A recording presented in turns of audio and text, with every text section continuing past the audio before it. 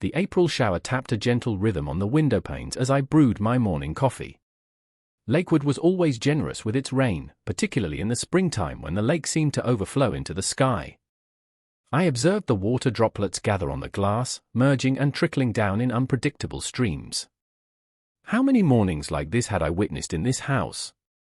The number was beyond counting. My name is Walter Green, and in just a few days, I will be 72.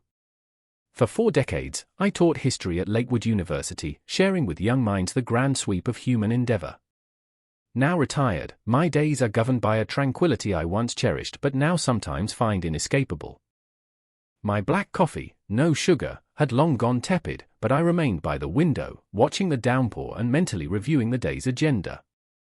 Groceries, some tidying, perhaps a trip to the university library if the weather cleared. The typical routine of a simple Tuesday. Yet, a persistent thought about my approaching birthday pulsed at the edge of my consciousness. Would I spend it in solitude once more? The sharp ring of the telephone jolted me from my reverie. The number was blocked, but I answered nonetheless. At my age, any call could hold significance. Mr. Green, a professional male voice inquired. This is Timothy from the Lakewood Gentry. I'm just calling to confirm your grooming appointment for 10 o'clock tomorrow. I had made no such appointment. I was about to say so, but a curious impulse stopped me. Why not? A small change might be exactly what I needed before my birthday. Yes, of course, I heard myself say. I'll be there at 10.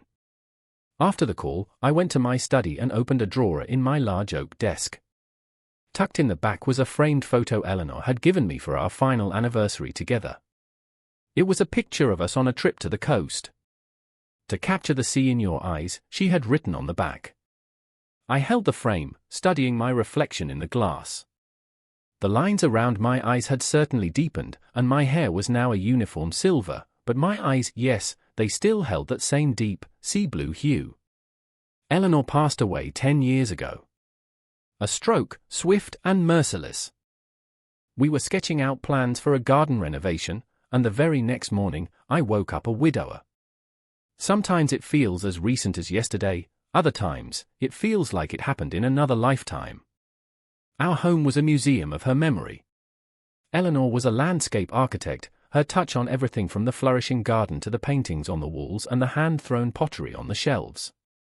There were times I would speak to her, especially when the loneliness became an almost physical weight. What do you think, Ellie? I asked the silence, returning the photo to its place.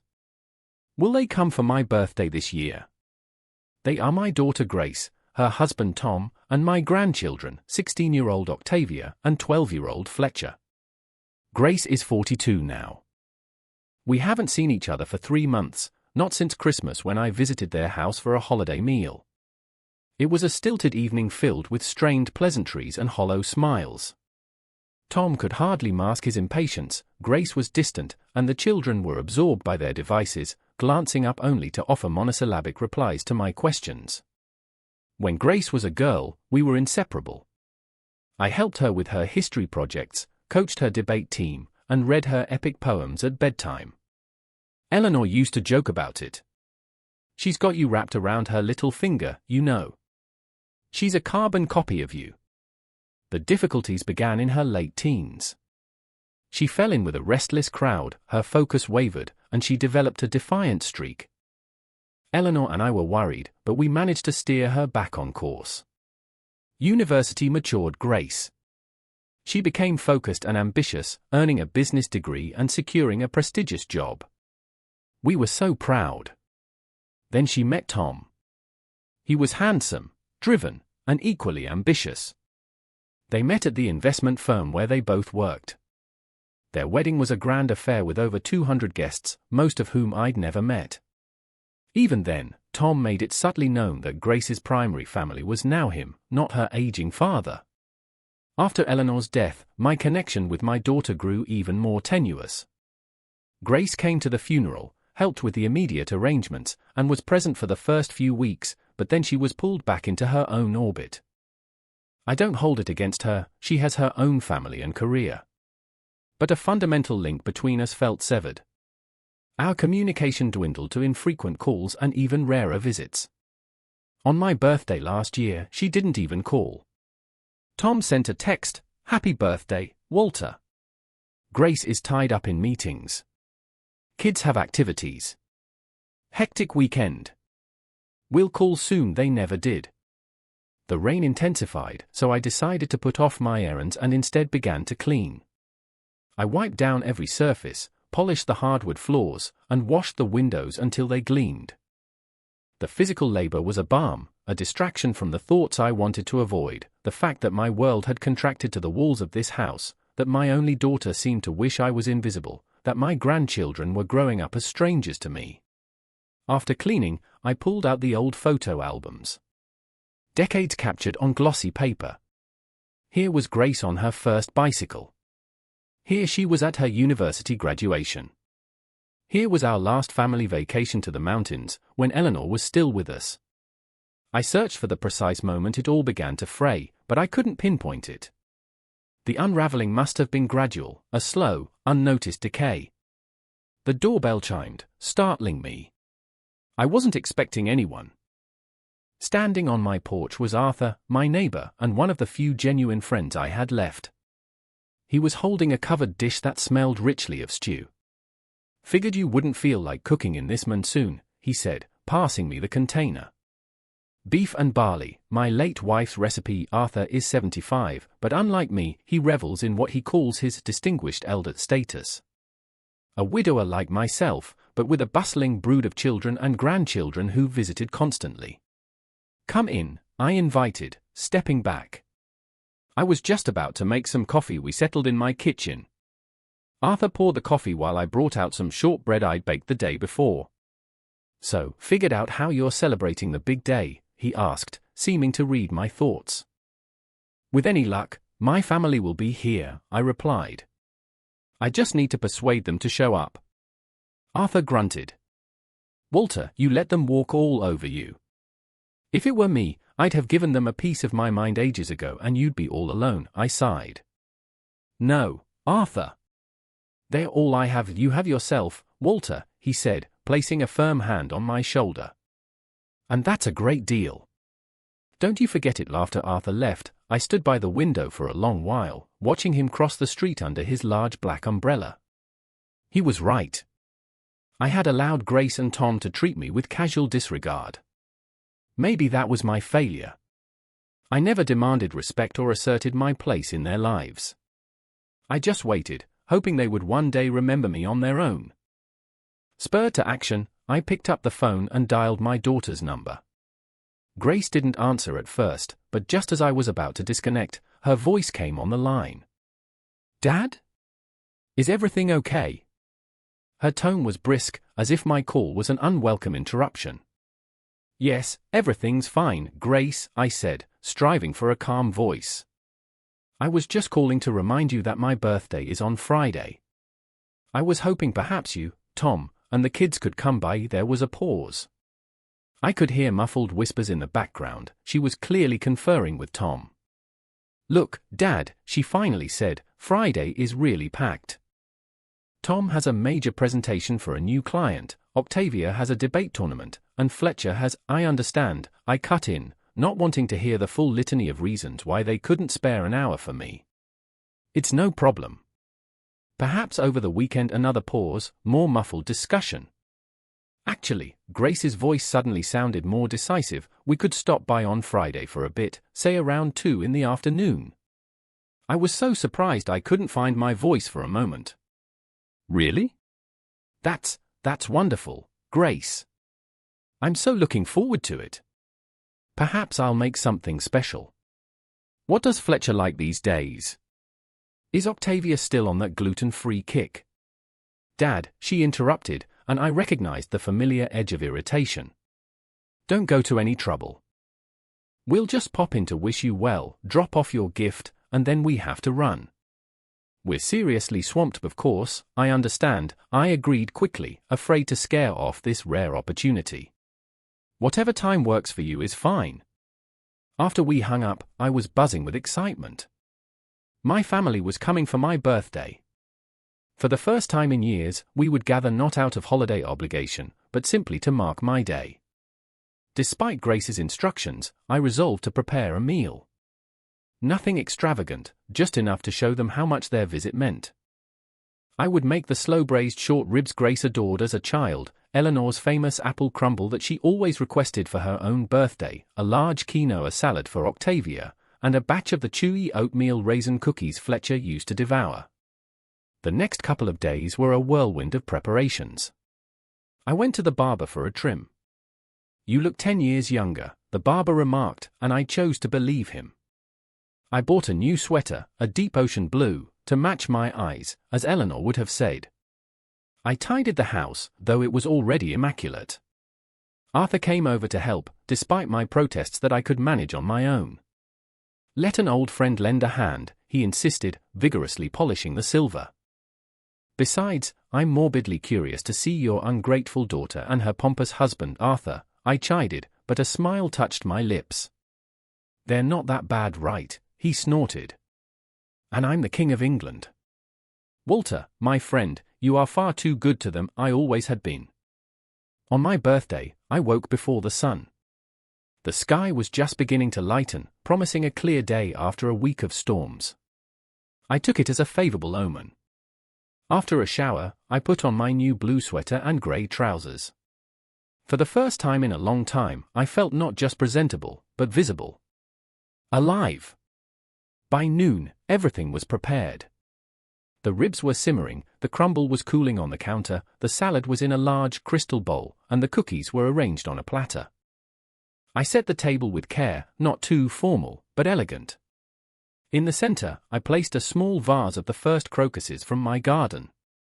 As 2 o'clock approached, my nerves began to fray. What if they were a no-show? What if Grace called with a last-minute cancellation? I was bracing for disappointment when I heard a car pull into the driveway. They were here. My family. For my birthday. At precisely 2, the doorbell rang. I took one last look in the hall mirror. New blue sweater, neat hair. Taking a deep breath, I opened the door. "Happy birthday, Dad." Grace gave me a stiff, awkward hug, her hands barely grazing my shoulders as if she were afraid to make full contact. She smelled of expensive perfume and corporate ambition. "Hello, Walter," Tom said with a nod, making no move to embrace me. His thin lips formed a smile that didn't reach his cold eyes. He was dressed in a perfectly tailored suit, the uniform of a man who measures worth in dollar signs. The grandchildren lingered behind their parents. Octavia, my 16-year-old granddaughter, had her gaze fixed on her phone, offering me only a cursory glance. Her brightly colored hair obscured her expression. Fletcher, now 12, was a gangly adolescent with a sullen look on his face. Come in, come in. I'm so glad to see you all." I stepped aside, ushering them into the house. "Octavia, Fletcher, look how you've both grown." Octavia muttered something unintelligible without looking up from her screen, and Fletcher just shrugged as he walked past me. I felt a familiar pang of disappointment but pushed it down.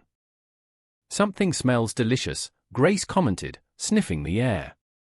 "I told you not to cook anything, it's just some short ribs," I said, leading them towards the dining room. "Your old favorite. An apple crumble." "Nothing complicated." Tom surveyed my living room with a critical eye, taking in the overflowing bookshelves, framed photographs, and comfortable, well-worn armchairs. "You never did get around to renovating." It wasn't a question, it was a verdict. "Grace and I could connect you with a designer."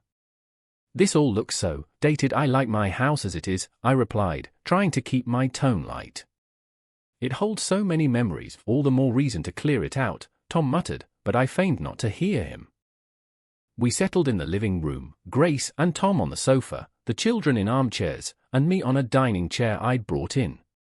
The conversation was stilted. I inquired about their work, school, and summer plans, receiving only curt responses and vague replies. "Shall we move to the table?" I suggested when a silence stretched uncomfortably. The ribs should be perfectly tender by now at the table, the mood thawed slightly. Grace complimented the short ribs. Octavia conceded that the salad was okay, and Fletcher, though silent, even accepted a second helping. Only Tom picked at his food, remarking that he was watching his diet. "How is the debate team going, Octavia?" I asked, trying again. "Your mother mentioned you have a big tournament." Octavia finally lifted her eyes from her phone, looking at me as if I were a piece of talking furniture. "Yes, I'm the lead speaker," she replied flatly. "The finals are in 2 weeks." Lead speaker. "How marvelous," I said with genuine enthusiasm. "I would love to come and watch." "Perhaps you could get me a ticket." Octavia shot a panicked glance at her father, and Tom quickly intervened. "I'm afraid that won't be possible, Walter. We only have 4 tickets, for us and for my parents." "You know how supportive Grandpa Robert is of Octavia's pursuits." "Of course," I nodded, feeling a flush of heat on my neck. "I understand." Turning to Fletcher, I made another attempt. "And how is your lacrosse, Fletcher?" "Still playing." "Not anymore," he answered, not looking up from his plate. "I'm on the swim team now. Are you?" "I didn't know that." "That's wonderful. Your grandmother Eleanor was an excellent swimmer in her youth." "Fletcher's been offered a spot at a competitive summer sports camp," Grace interjected, her voice filled with pride. "The coach says he has tremendous potential." "That's fantastic," I smiled at my grandson. "I would love to see one of your meets." Fletcher just shrugged. "Next season, maybe," Grace offered vaguely. Next season. Always some distant future, never the present. I felt the hope that had buoyed me all week begin to deflate. "Who's for crumble?" I asked, rising from the table. "Apple with a cinnamon oat topping." "We're watching our sugar," Tom announced quickly, placing a hand on Octavia's arm. "And Fletcher needs to maintain his training weight for swimming." "I could have a piece," Fletcher mumbled, earning a sharp look from his father. "Just a small one, then," Tom relented. "And you'll do an extra practice tomorrow." While I was slicing the crumble, Grace pulled me aside into the kitchen. "Dad, we can't stay much longer," she said, her voice low. "Tom has a conference call at 5, and we need to get the kids home." My heart tightened. They had been in my house for less than an hour. "Of course, I understand," I said, masking my disappointment. "I truly appreciate you making the time to come." When we returned to the dining room, Tom was already checking his watch, clearly ready to depart. Octavia was glued to her phone, and Fletcher was listlessly pushing his dessert around his plate. "We should be going," Grace announced, clapping her hands together. "But first, your present." Tom retrieved a neatly wrapped, medium-sized box from his briefcase. "Happy birthday, Walter," he said with that same cold smile. We all pitched in. I took the box, feeling a small spark of anticipation. A gift, after all, is a gesture of thought. Perhaps they did care, in their own way. "Go on, open it," Grace urged, and I saw an odd expression in her eyes. I carefully untied the ribbon and lifted the lid. Inside, there was nothing. A completely empty box. I looked up at my daughter, confused, waiting for the punchline, assuming the real gift was hidden somewhere else. And then they laughed. All 4 of them. A loud, unrestrained, and cruelly joyful sound. "You're just as empty," Grace choked out between peals of laughter. "An empty box for an empty man." "It's a perfect match," Tom added, wiping a tear of mirth from his eye. Octavia was recording my stunned face with her phone, while Fletcher giggled, chanting, "Empty, empty." I sat frozen, clutching the vacant box, my mind reeling in disbelief. My family. My own daughter, my grandchildren. Had they orchestrated this visit for the sole purpose of mocking me, of humiliating me on my birthday? "Grace," my voice was a distant, hollow sound. "What is the meaning of this?" "Oh, Dad, don't look so grim," she was still chuckling. "It's just a joke." "You've always been so serious." "A joke." I felt something inside me shatter, and in its place, something hard and cold began to form. "You came to my birthday gathering to present me with an empty box and call me an empty man. That is your idea of a joke?" "Don't be so dramatic, Walter," Tom interjected, still smirking. "It's just a bit of family humor." "Family humor." My hand clenched the box, crumpling the cardboard. It seems we have very different definitions of the word family. Grace's laughter died when she saw the look on my face. Dad, don't take it so hard. We just wanted to lighten you up a bit. Get out, I said, my voice quiet. What? Come on, Grandpa, Octavia chimed in, phone still raised. Don't be such a buzzkill. I rose slowly from the table, the crushed box still in my hand. I believe it's time for you to leave, I said, my voice quiet but unyielding. You have an important call at 5, Tom. I wouldn't want you to be late. They exchanged glances, clearly taken aback by this reaction. They must have expected me to cry or plead with them to stay, to swallow the insult as I had swallowed so many others over the years. Dad, don't be like that, Grace attempted, reaching for my arm, but I pulled away. It was just a stupid prank, yes. A very stupid prank, I agreed, looking her directly in the eye. And a very revealing one. Thank you for stopping by. I won't detain you any longer. I escorted them to the door with a face carved from stone. There were no tears, no accusations, just a frigid politeness that seemed to unnerve them more than any outburst would have. They had come for a spectacle of drama and tears, not this silent, icy composure. We'll call you this weekend, Grace said uncertainly from the porch. Don't trouble yourselves, I replied, closing the door. I stood in the entryway, listening as their car engine started and faded into the distance. Only when the silence was absolute did I allow myself to slide down the door and sit on the floor. The empty box was still in my hand. Empty. They saw me as empty, an old, irrelevant man devoid of substance. 40 years of teaching, the thousands of students whose lives I'd touched, the home I'd built, the daughter I had raised, none of it registered with them. I was nothing. The tears finally came, and I wept, sitting on the floor of my quiet house on my 72nd birthday, holding an empty box. A perfect match, as Tom had said. I don't know how long I sat there. It could have been minutes or an hour. When the tears finally ceased, I pushed myself up, my knees and back protesting. Old age is not just about silver hair and wrinkles, it's the ache in your joints after sitting on the floor. I walked to the kitchen and began to methodically clear the table. The half-eaten ribs, the untouched crumble, the soiled plates. The evidence of my abasement. I scraped the food into the bin, washed the dishes, and wiped the table clean. The repetitive motions kept me from thinking, from feeling. When the kitchen was spotless again, I went to my bedroom and sat on the edge of the bed. The mirror opposite reflected an old man with red-rimmed eyes wearing a new blue sweater he'd bought for a family celebration. Empty. The word echoed in my mind. Empty. Empty. Empty. But I am not empty. I am Walter Green. And I deserve better. Something shifted within me. The pain and humiliation remained, but they were now joined by something else, anger. A quiet, cold fury. It was not a hot flash of rage, but a deliberate, conscious decision to never allow them to treat me this way again. I pulled my planner from the bedside table and found a number I hadn't called in years. Robert Fisher, the attorney who had handled Eleanor's estate after her passing.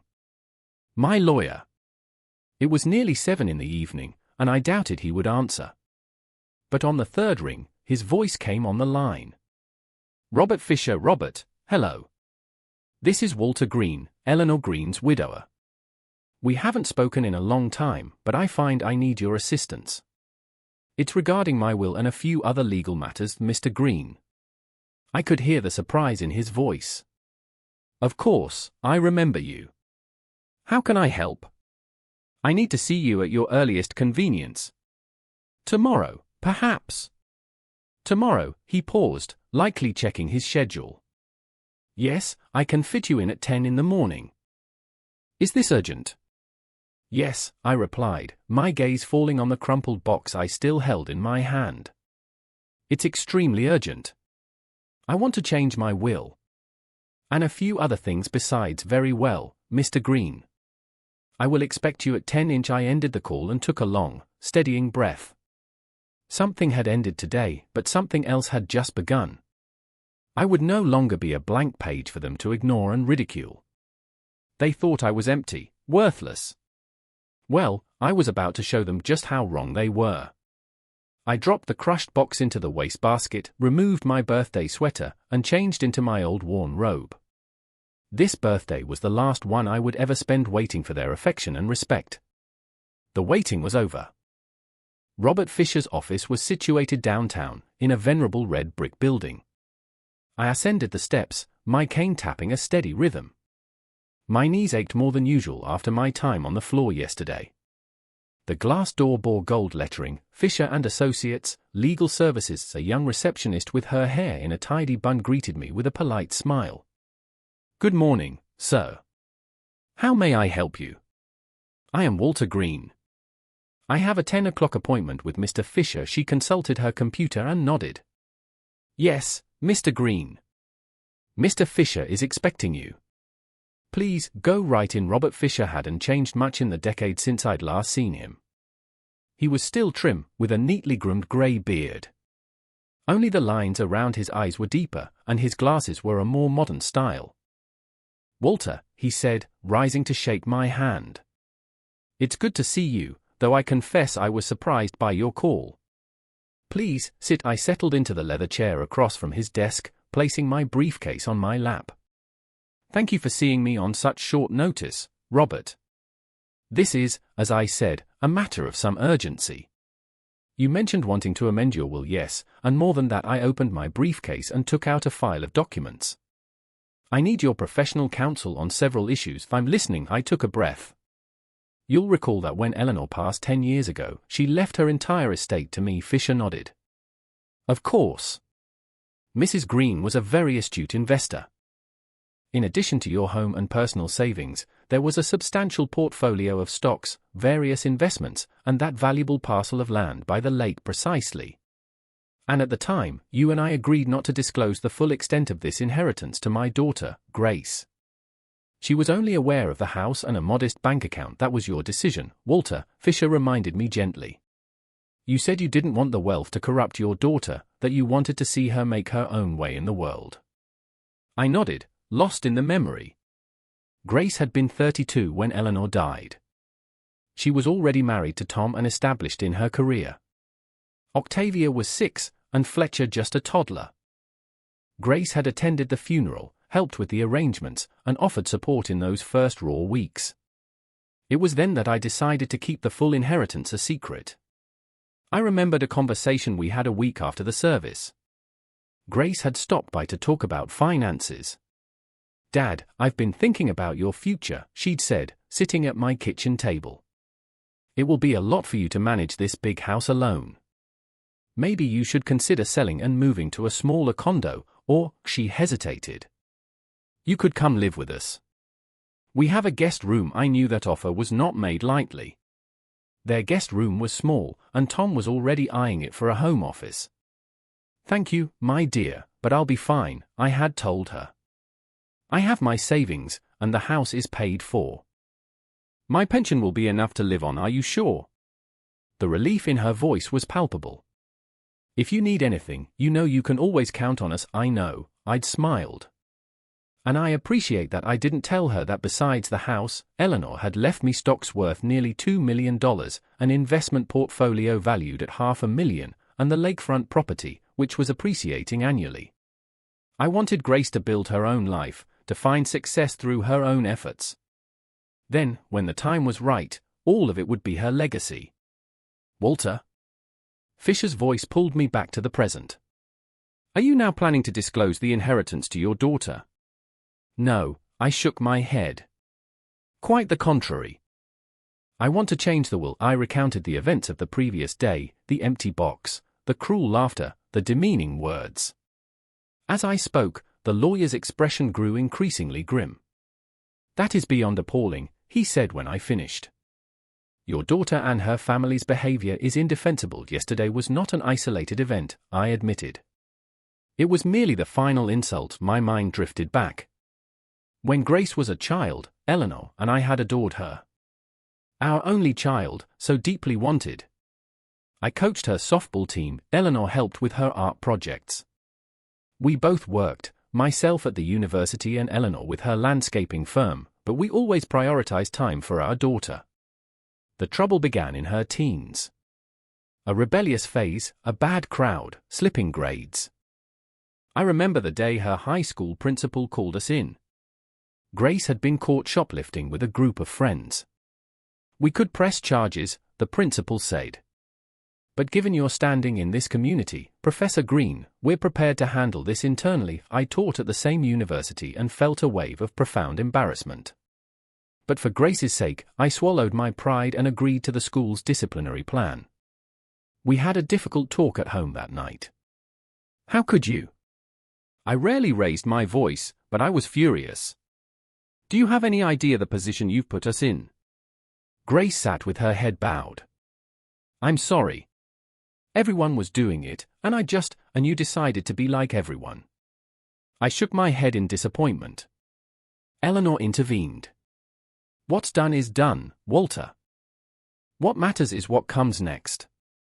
Grace, you've been given a second chance. Don't waste it after that. I dedicated even more time to her, helping her find constructive outlets for her energy.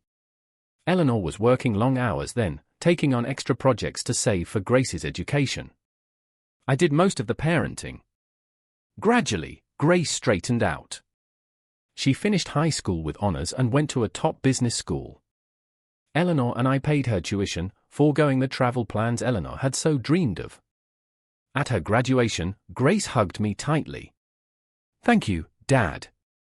I couldn't have done it without you. I was overjoyed. My daughter was on a path to a successful, honorable life. Then she met Tom. He worked at her firm, and from the beginning, he made it clear that Grace's new family unit was him, not her father. At first, it was subtle slights, forgotten invitations, last-minute cancellations. Then it became more overt. I recall at Fletcher's baptism, Tom introduced his own parents as the grandparents, and me simply as Grace's father. It stung, but I held my tongue, not wanting to create a scene. Eleanor had warned me about this. Let her find her own way, Walter, she'd said.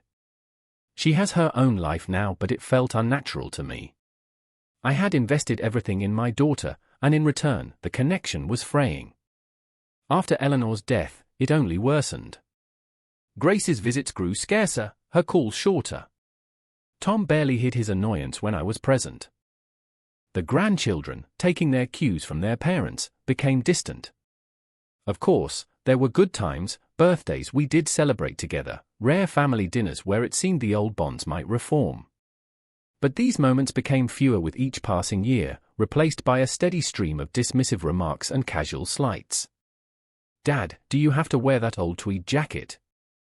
Grandpa, you're so boring. Walter, perhaps you shouldn't come to the school fundraiser. A lot of important clients will be there. And then, the empty box. You're just as empty.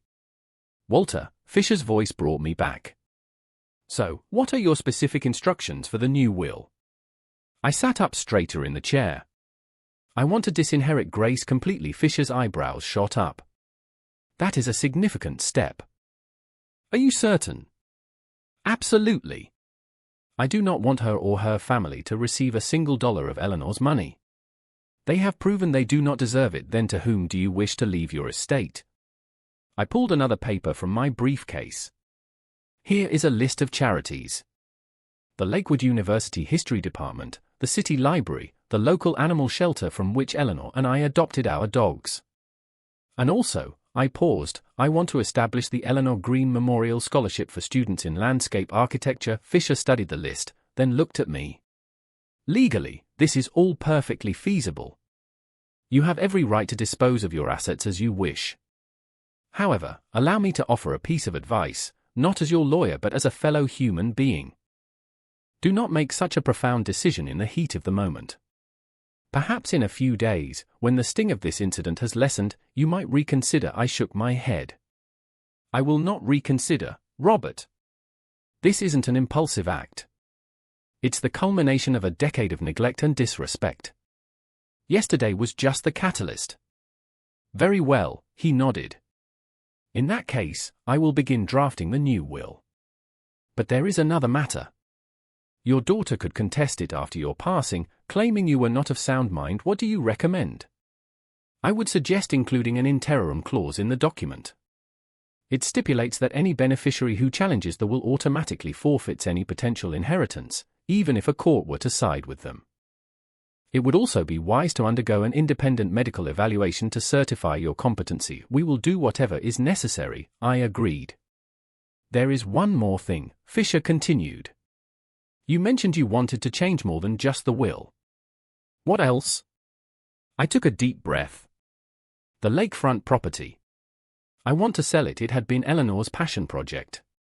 She bought it the year before she passed, dreaming of designing a summer cottage there for the grandchildren. We had spent hours talking about future weekends there, swimming and canoeing. After she died, I couldn't bring myself to touch it, preserving it as a tribute to her last dream. Sell it? Fisher looked surprised. But you always said you were saving that for your grandchildren. Times have changed, Robert. And my grandchildren have changed. Or rather, they have been raised to have no regard for their old grandfather or his gifts. I would rather the proceeds from that land be put to better use. May I ask how? I intend to purchase a new home. In another city, perhaps another state. I'm going to start a new life. Fisher leaned back, studying me intently. You have given this a great deal of thought, haven't you? Yes, I nodded. I was awake all night. I realized I am done being a victim. It is time for me to act well. He began making notes. I will start on the new will immediately. As for the property sale, that will require some time. We'll need an appraisal, we'll have to find a buyer, but given the location, I anticipate strong interest. Lakefront land is always in demand. How long might it take? The will, a few days. The property sale, a few weeks, perhaps months if we hold out for the best price. And what if we don't hold out? If we need to sell quickly? Fisher considered this. In that case, we could possibly close in 2 or 3 weeks. I have clients who might be interested, but the price would be somewhat below market value. That is acceptable to me, I nodded. The sooner, the better. When our business was concluded and I was preparing to leave, Fisher asked one last question. Walter, do you intend to inform your daughter of these decisions? I paused at the door. Oh, yes, Robert. But not yet. I want everything finalized first, the new will, the property sold, the funds secure. And then, I will have a little surprise for my family. On the way home, I stopped at Arthur's. I needed a friend's counsel, and perhaps his support. Arthur answered the door in a brightly colored Hawaiian shirt, a gardening trowel in his hand. Walter, he exclaimed. Didn't expect you. Come in, come in. Don't mind the dirt, it's transplanting day. We sat in his sun-drenched kitchen while he made us tea. Spill it, he commanded. I can tell from your face something major has happened. I told him everything, the birthday humiliation, the empty box, the cruel words. Then I told him about my visit to the lawyer and my subsequent plans. Good for you, Arthur declared when I had finished. It's about damn time you put them in their place. But are you sure about the will? She is your daughter, after all. They are your grandchildren, I am sure, I said with conviction. They don't deserve a penny. Let the money go to those who will appreciate it. And the new house? You're serious about leaving Lakewood? Dead serious. There are too many ghosts here, good and bad. I need a clean slate. Arthur stirred his tea, a thoughtful expression on his face. You know, my cousin lives in Carmel by the sea. Gorgeous town, perfect climate, ocean air. She's been trying to get me to move out there for years. Maybe we should both look into it. I looked at my friend, surprised. You'd come with me? Why not? Arthur shrugged. My kids are scattered across the country. Grandkids visit once a year. At our age, it's time to chase the sun and new adventures. Besides, he grinned, I wouldn't miss the performance you're planning for your ungrateful daughter for anything in the world. I laughed, for the first time in what felt like days. It will be a show to remember, I promise you that. We spent the afternoon plotting. Arthur suggested a formal dinner party. Invite Grace and her family over, ostensibly for a reconciliation, and then deliver the news. You should see the look on their faces when you tell them you've sold the land and rewritten the will, he said, rubbing his hands together with glee. Oh, I'd pay good money to see that. You'll have a front row seat, I promised. Just give me a little time to get everything in order. That evening, I sat in Eleanor's old office for a long time, sorting through her papers. Family photos, documents, letters, the chronicle of a life. What would you say, Ellie? I asked the photo on her desk. Would you approve? Eleanor had always been the kinder, more forgiving one. She might have advised me to give them another chance. But I knew there were moments when a person had to stand up for their own dignity. And that moment had finally arrived for me. I began to make a list, what to take to my new life, what to sell, what to give away. It was an odd, yet liberating, task. It felt as if I were shedding the weight of my past, preparing for a leap into an unknown future. A plan began to solidify in my mind. I would give Grace and her family exactly what they deserved. Nothing. An empty box. And that would be the most satisfying gift of all. 3 weeks had passed since my birthday. 3 weeks of intense activity, filled with meetings with lawyers, real estate agents, appraisers, and bankers. Throughout this period, I had not returned Grace's 2 brief, unenthusiastic phone calls. The lakefront property sold with astonishing speed. A developer planning a luxury housing community had been interested in the parcel for years and made a generous offer. The money was now secure in my account. The new will had been drafted, signed, and witnessed. I completed an independent medical evaluation, which confirmed my full mental capacity. According to the new terms, all my assets, the house, bank accounts, stocks, and investments, would be transferred to the designated charities upon my death. Grace and her family would receive nothing. I had even found a new home, a charming, small cottage in Carmel, just a few streets away from Arthur's cousin. The purchase agreement was signed, all that remained was to wire the funds. Everything was in place for the final act of my personal drama. On a Friday evening, I called Grace. She didn't pick up immediately, and when she did, her voice held a note of surprise. Dad? Is something wrong?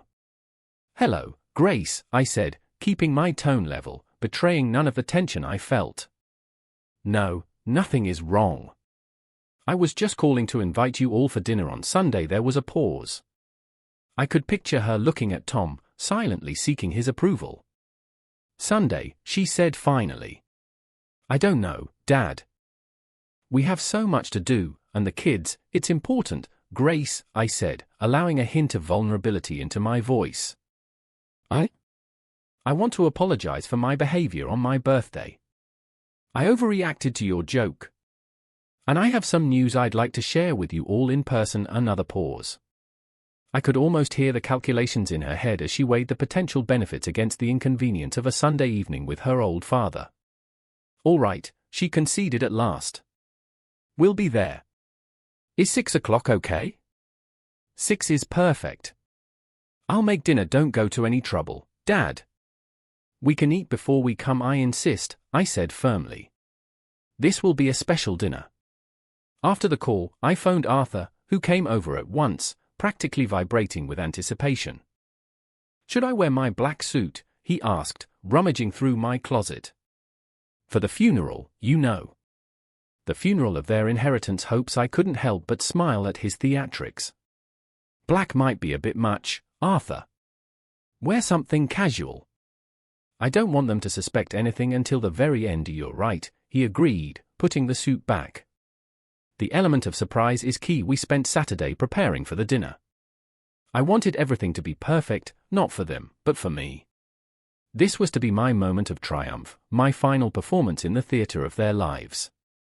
By 6 o'clock on Sunday, all was ready. The table was set with a crisp linen tablecloth and the fine china Eleanor and I had received for our 25th anniversary. A vase of fresh irises stood in the center. A roasted chicken was resting, alongside garlic mashed potatoes, roasted vegetables, fresh bread, and a lemon meringue pie, all of Grace's childhood favorites. The last meal I would ever cook for them. Arthur arrived at 5, dressed in simple trousers and a cashmere sweater, but with a mischievous twinkle in his eye. "You look magnificent," I said, embracing my friend. "I figured I should dress for the occasion," he replied. "It's not every day one gets to witness justice being served." The doorbell rang at 6 o'clock sharp. I took a deep breath, straightened my collar, and went to open it. Grace, Tom, and the children stood on the porch, all of them dressed a bit too formally for a casual family dinner. My mention of important news had clearly made them take this visit more seriously. "Come in," I smiled, stepping aside. "I'm so glad you could come." Grace gave me her customary stiff hug, Tom nodded coolly, and the children mumbled greetings. When they entered the living room and saw Arthur, a visible tension filled the air. "Arthur," Grace said, raising an eyebrow. "I didn't realize we would have company." "Arthur is my dearest friend," I replied smoothly. "And he is here at my invitation. Please, have a seat. Dinner is ready." We sat down at the table. The conversation was strained, despite my efforts to create a relaxed atmosphere.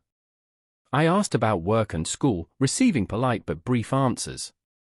They were clearly waiting for me to get to the main event, my apology and the big news. After the main course, just before I served the pie, I decided the time had come. "Grace, Tom," I began, dabbing my lips with my napkin. "I invited you here tonight because I did indeed want to apologize." Tom visibly relaxed, a self-satisfied smirk touching his lips. Grace nodded, as if to say, "About time I must apologize." I continued, meeting each of their gazes, "for allowing you to treat me with such disrespect for all these years. For failing to put you in your place at the first sign of ingratitude. For tolerating your condescension for far too long. The fault is mine, and I accept it." Tom's smirk vanished, and Grace's brow furrowed. "Dad, what are you talking about? If this is about the box, it was just a joke. We thought you'd get it." "Oh, I got it," I nodded. "I understood far more than you realize. I understood that to you, I am nothing. An irrelevance. And you know what? I've made my peace with that. But there is something else you need to understand." I rose from the table, walked to the sideboard, and retrieved a file folder. "Grace, were you aware that when your mother died 10 years ago, she left me her entire estate?" "Yes, of course," Grace nodded. "The house and some savings are not just that." I shook my head. "Your mother was a brilliant and successful woman, Grace. In addition to this house, she left me stocks worth nearly $2 million, a $500,000 investment portfolio, and the prime piece of real estate by the lake. All this time, I kept the full extent of this inheritance from you. Do you know why?" Grace stared at me, her mouth slightly agape, clearly stunned. Tom leaned forward, his face a mask of avarice. "I wanted you to find your own success, to build your own life," I went on. "And I intended to pass it all on to you and your children, in due time. I have lived frugally all these years, preserving this legacy, because I believed it was the right thing to do for the next generation." "Dad," Grace began, but I held up a hand to silence her. "Please, allow me to finish. After your gift to me on my birthday, I did a great deal of thinking. And I made some decisions. I have sold the lakefront property." "What?" Tom shrieked, leaping from his chair. "You had no right. My mother-in-law bought that for her grandchildren." "I had every right," I replied calmly. "The property was in my name. And I received an excellent price for it. $1.2 million, oh my God," Grace whispered, sinking back in her chair. "Where is that money?" "I've donated half of it to the Lakewood University History Department and the City Library. Another portion has endowed the Eleanor Green Memorial Scholarship for Architecture students. And with the remainder, I have purchased a new home in Carmel, California, where Arthur and I will be relocating next month." I nodded towards my friend, who was observing the scene with undisguised delight. A stunned silence fell over the room. Tom stood pale and slack-jawed. Grace looked as if she had been physically struck. For the first time all evening, Octavia looked up from her phone, her eyes wide with disbelief. Only Fletcher seemed more confused than shocked. But that's not all, I continued, pulling another document from the folder. I have also changed my will. Under the new terms, upon my death, all of my remaining assets, this house, the bank accounts, the stocks, and investments, will be liquidated and donated to those same charities. You will receive nothing. You can't do that.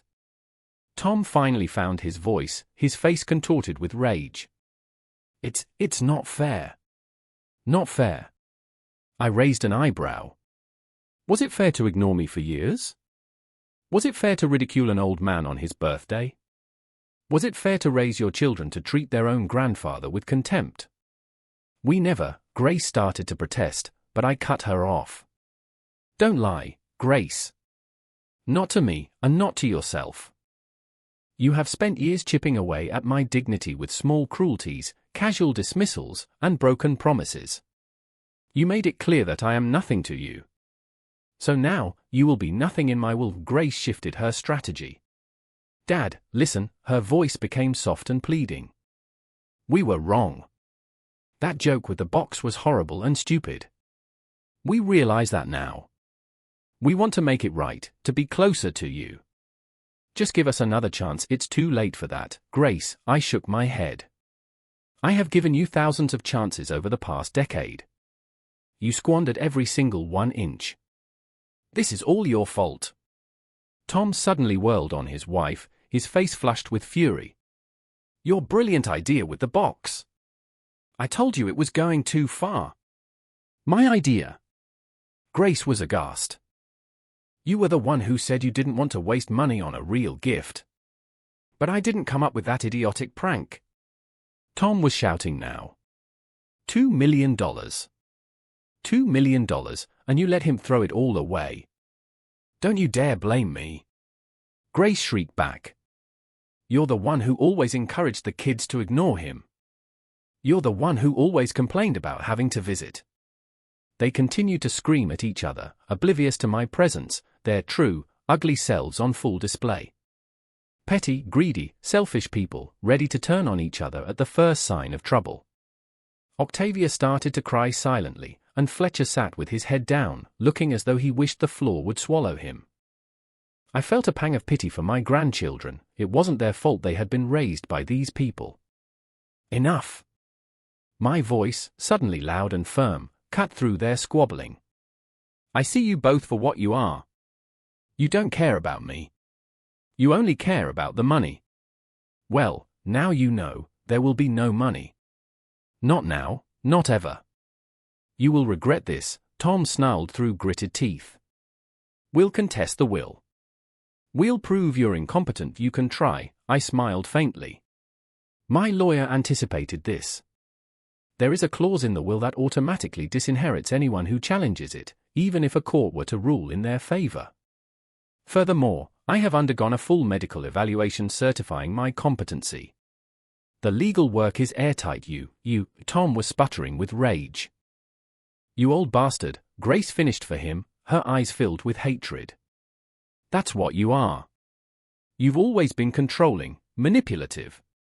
Mom only stayed with you out of pity. She told me once she regretted marrying you. It was a low blow, and Grace knew it. She was aiming for my heart, trying to poison the memory of my marriage. But I was prepared.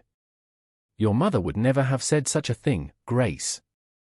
She loved me until her last day, and I loved her. Our marriage was the bedrock of my life. The only thing we ever regretted was seeing how much you changed after you met Tom. How you allowed him to poison our family. Don't you dare blame me. Tom yelled. You were the one always meddling, always trying to tell us how to live our lives. I just wanted to be a part of your lives, I said quietly. To be a grandfather to my grandchildren. But you made that impossible. And now, we are all living with the consequences. Let's go. Grace grabbed Tom's arm. We're leaving. Kids, get in the car. Octavia, still crying, rose and walked towards the door. Fletcher followed, but paused halfway and turned back. Grandpa, his voice was small and uncertain. I wasn't laughing at you. I just Dad said it was a funny joke, Fletcher. Grace yelled from the doorway. Now! The boy gave me one last, fleeting look, then hurried out.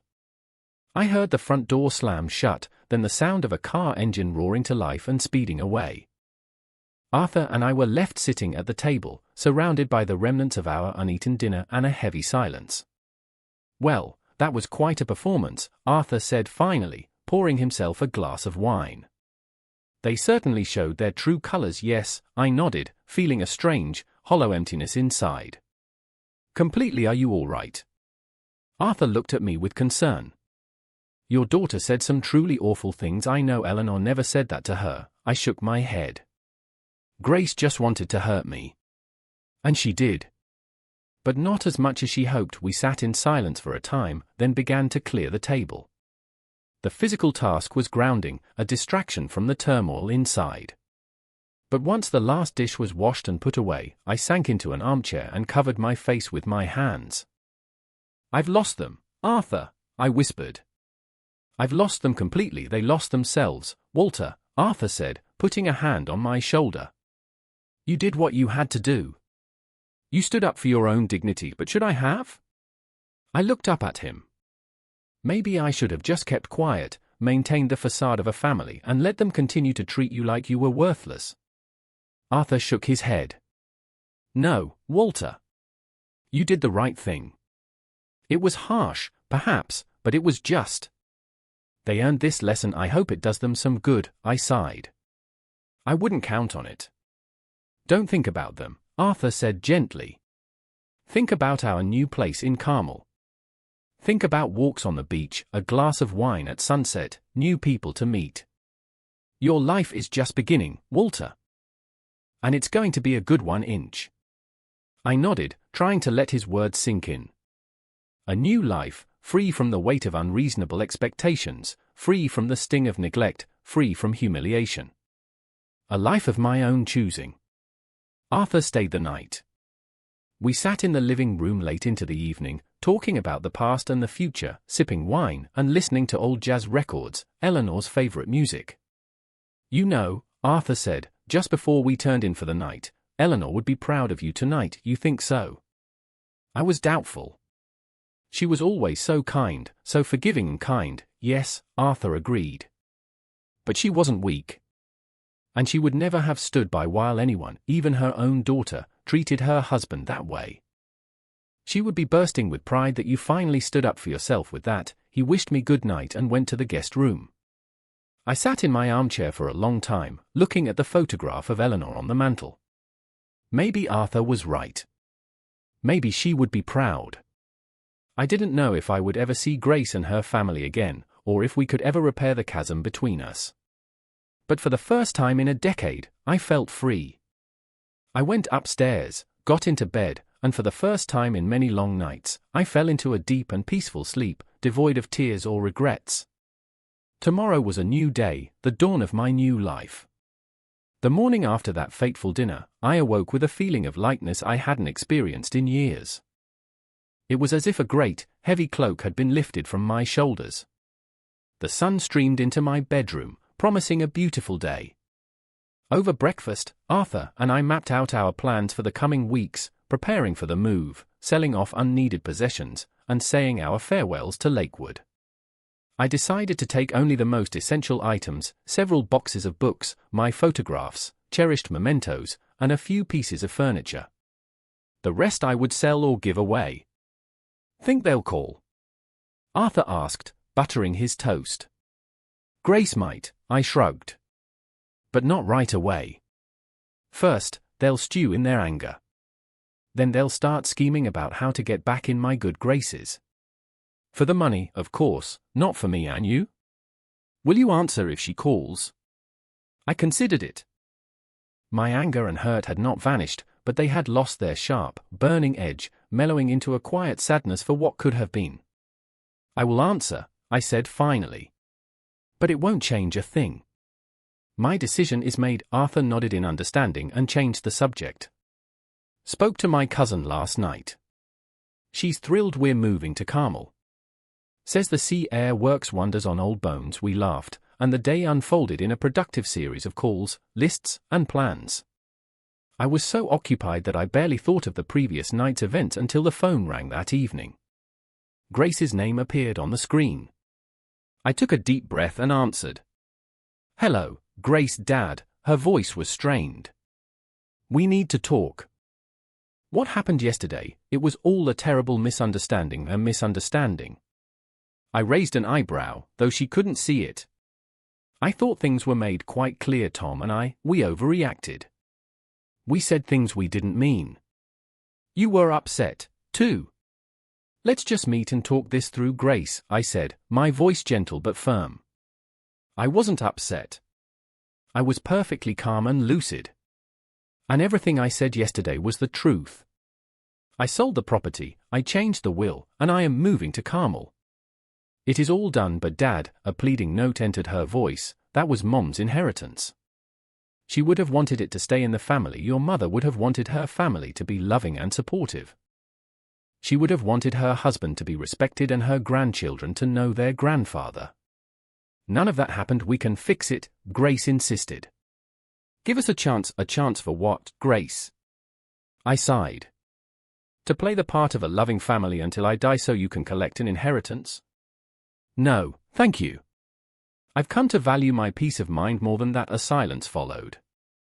When Grace spoke again, her voice had hardened. "I spoke with a lawyer. He seems to think we have a strong case to challenge your new will. To prove you acted under emotional distress, or perhaps under someone else's influence. This friend of yours, Arthur. Are you threatening me with a lawsuit?" I asked in disbelief. "Your own father." "I'm protecting my family's interests," she retorted. "My children's inheritance, your children's inheritance," I said slowly, "is the set of values you and Tom have instilled in them. Greed, disrespect for elders, and the belief that money is more important than human connection. Congratulations, Grace. You've given them a truly valuable legacy. You're going to regret this," she seethed. "We will make you change your mind. Goodbye, Grace." I hung up the phone, my hand trembling slightly. The calls persisted for the next few days, from Grace, from Tom, even one stilted, obviously coached call from Octavia. I answered each time, politely but steadfastly refusing to meet or discuss the inheritance. Their tactics shifted from threats to pleas, from accusations to hollow apologies, but the objective was always transparent. They wanted the money, not a relationship.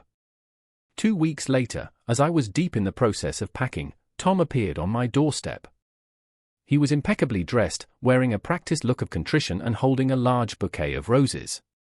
"Walter," he said, extending the flowers. "I've come to apologize. In person." Without grace, I accepted the bouquet but did not invite him inside.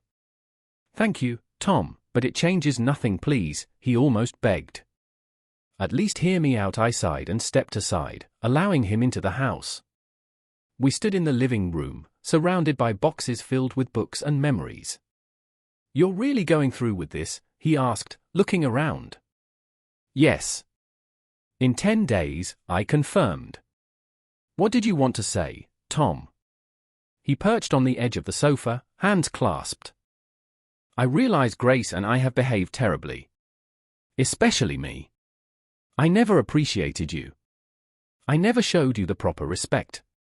I was caught up in my career, the kids, my own parents." He paused. "But I want to make things right. I want our children to know their grandfather. I want us to be a real family." His words sounded plausible, but his eyes were cold and calculating. I knew Grace was behind this visit. This was their new strategy. Tom would play the remorseful son-in-law, appealing to my paternal instincts, trying to guilt me into reversing my decision. "Tom," I said softly but firmly, "I appreciate your visit and I appreciate your words. But I'm afraid it's far too late for this kind of change. I am moving to Carmel to start a new life. You are all welcome to visit me there, if you choose. But my decision regarding the inheritance is final." His face transformed instantly. The mask of remorse dissolved, revealing a cold fury beneath. "You selfish old fool. You only think of yourself. What about the children? What about their future? Their future is in your hands and Grace's, I said calmly. It depends on the values you teach them, the education you provide, the love you show them. Not on money they might inherit when I'm gone. Hypocrite. Tom stood, his fists clenched. You've always been like this. Grace was right. Her mother must have regretted ever marrying you. Goodbye, Tom, I said, also rising, and walked to the door. Give my regards to the children. After he left, I stood at the window for a long time, watching the street. A small part of me still wished they would understand, that they would change. But I knew, deep down, it would never happen. They were too consumed by greed, too accustomed to viewing me as a future asset rather than a present person. The days before the move passed in a blur of activity, selling off belongings, saying goodbye to neighbors, having final dinners with the few old friends I had left in Lakewood. Grace and Tom's calls became less frequent as they began to realize the futility of their efforts. On the day of my departure, I walked through the empty house one last time, bidding a silent farewell to each room, to every corner that held a memory of my happy years with Eleanor, of Grace's childhood. It was sad to leave the place that had been my home for 50 years, but I had no doubt about my decision. Goodbye, Ellie, I whispered, standing in our old bedroom. I was happy with you here, and I will carry that happiness with me wherever I go. Arthur was waiting for me in the car. The moving truck had left the day before. We planned to drive at a leisurely pace, staying in motels along the way, enjoying the journey and our newfound freedom. Ready? Arthur asked as I settled into the passenger seat. As I'll ever be, I replied, taking one last look at the house. Our new home in Carmel exceeded all expectations. It was a small but charming single-story cottage with a patio garden and a view of the distant hills. It was a 10-minute walk from the ocean and just 2 blocks from the home of Arthur's cousin, Clara, a vivacious woman of 75 who immediately took us under her wing. "Welcome to paradise, boys," she exclaimed, greeting us at our new home with a bottle of champagne. "This place will make you 20 years younger." The first weeks in our new city were filled with discovery. We explored the town, met our neighbors, and found favorite cafes and bookshops. Clara introduced us to her circle of friends, mostly energetic retirees like herself. Among them was Evelyn Reed, a 72-year-old widow and a former literature professor. She was elegant and witty, with a kind smile and intelligent eyes that reminded me of Eleanor's. "You taught history?" she asked when we first met at a barbecue at Clara's. "How fascinating. I've always believed historians and poets are 2 sides of the same coin, both trying to make sense of the human story." We fell into conversation and found we had much in common, a love for classical music, an interest in gardening, and a shared habit of rising early to enjoy the morning's quiet. Evelyn lived alone in a small house nearby. She read voraciously, tended a beautiful rose garden, and gave occasional guest lectures at the local college. "You must come to my next one," she invited me. "It's on the letters of Virginia Woolf." "I promise it won't be too dry." "I would be delighted," I agreed, feeling a warmth spread through my chest. Arthur noticed and later teased me about it. Well, Walter. Looks like you've caught the professor's eye." "Don't be ridiculous, Arthur," I deflected. We were just having a pleasant conversation, but the truth was, I liked Evelyn. Not as a romantic prospect, I still felt, in my heart, like Eleanor's husband, but as a friend, a companion, a person with whom it was a pleasure to spend time. And we did begin to spend time together, attending concerts in the park, visiting art galleries, or sometimes just sitting on my patio, reading in comfortable silence and occasionally sharing a passage we found particularly moving. Grace's calls dwindled to once a month, if that. The conversations were brief and formal. She no longer mentioned the inheritance, seemingly resigned to its futility. Instead, she reported on her work and the children's activities, and sometimes she would ask how I was doing.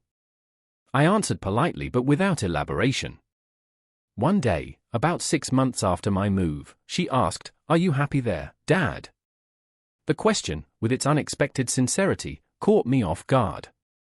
"Yes, Grace," I answered after a moment.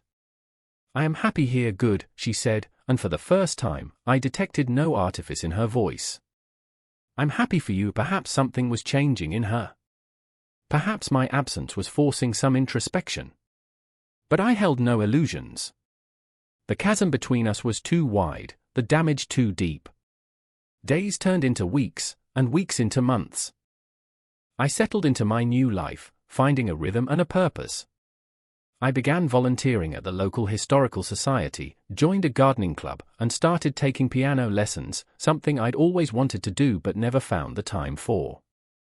Arthur also thrived in Carmel, taking up sailing and becoming a fixture at the local yacht club. It's never too late to live, he would say with a wink.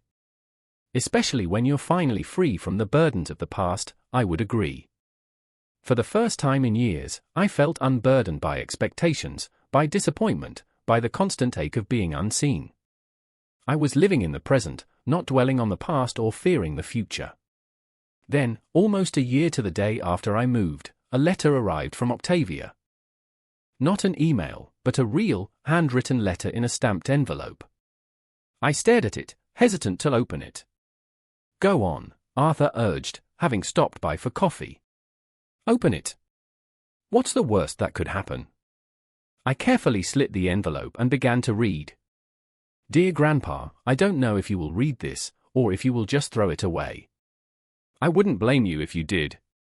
After everything that happened, you have every right to ignore us. But I had to write. I had to tell you that I understand now how terribly we all treated you. Especially me. I was selfish and rude and ungrateful. I just followed my parents' lead without thinking about how much it must have hurt you. That day, your birthday, with the empty box. I am so ashamed when I think of it. I laughed along with them, I filmed your face with my phone, and I never once considered the pain I was causing. I have no excuse. A lot has changed since you left. My parents fight constantly. Dad blames Mom for turning him against you, and Mom blames him for not being able to convince you to change the will. They think I don't hear them, but I do. I recently found some of the old photo albums you left behind. There were pictures of my mom as a little girl, and pictures of you and Grandma, so young and happy. I'd never seen them before. My mom looks like a completely different person in those photos, open, smiling, loving. Not the person I know now. What happened to our family, Grandpa? How did we become like this? I'm graduating high school this year. I'm going to college in San Diego to study psychology. I want to understand people, to understand why we hurt the ones we are supposed to love. I don't know if you can ever forgive me or forgive any of us. But I want you to know that I see how wrong we were. And I am so sorry. If you ever wanted to be in touch, I would be so happy. But I understand if you want nothing more to do with our family. With love, your granddaughter, Octavia."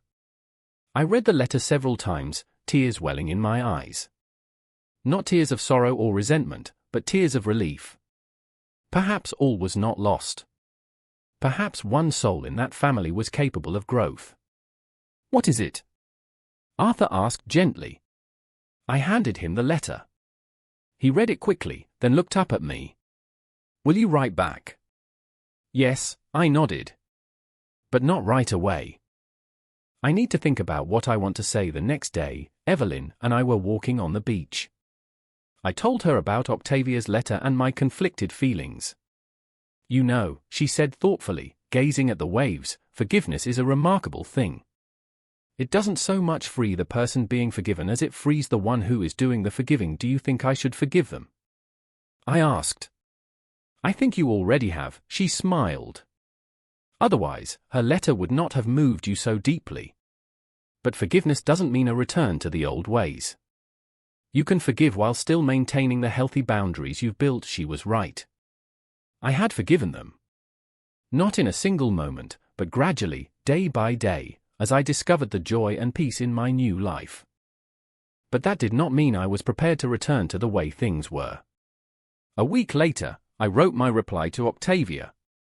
"My dearest Octavia, your letter moved me more than I can say. Thank you for having the courage to write it. I do not hold any ill will towards you. I never did. You were a child, following the example of the adults around you. Yes, I was hurt, but I know you did not fully comprehend your actions. I am so pleased to hear you are going to college and that you have chosen to study psychology.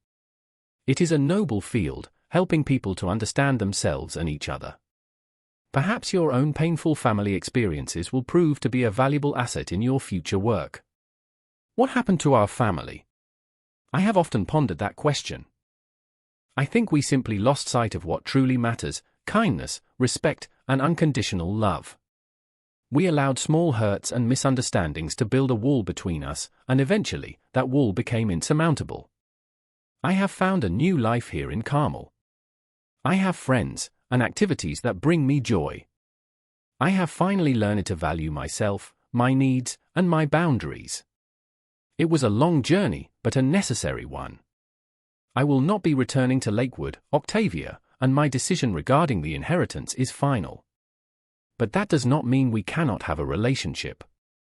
If that is what you truly wish, we can begin anew, on different terms. No expectations, no obligations, just two people connected by blood and perhaps by a desire to do better. If you ever wish to visit me in Carmel, my door is always open. I would love to show you this beautiful city and introduce you to my new friends. You can always call or write. Whatever happens next, please know that I love you. I always have, and I always will. With love, your grandfather, Walter. I sealed the envelope, wrote the address, and walked it to the post office. I didn't know if I would get a reply, or if Octavia would ever come to visit. It no longer mattered. What mattered was that I was finally at peace, with myself, with my past, and with the decisions I had made. When I returned home, I went out to the patio with a cup of tea. The day was bright and warm. I could see the mountains in the distance and, if I looked carefully, a thin, shimmering sliver of the ocean. The roses that Evelyn and I had planted a month earlier were beginning to bloom. Life went on. A new life, one that I had built myself from the ruins of the old. A life in which I was no longer an empty box, no longer a shadow, no longer an afterthought to the expectations of others. I was Walter Green, a 73-year-old man who had finally learned his own worth, who had found the courage to say no to disrespect, and who had started over when many would have simply given up. And I was happy. Truly, profoundly happy, for the first time in many, many years.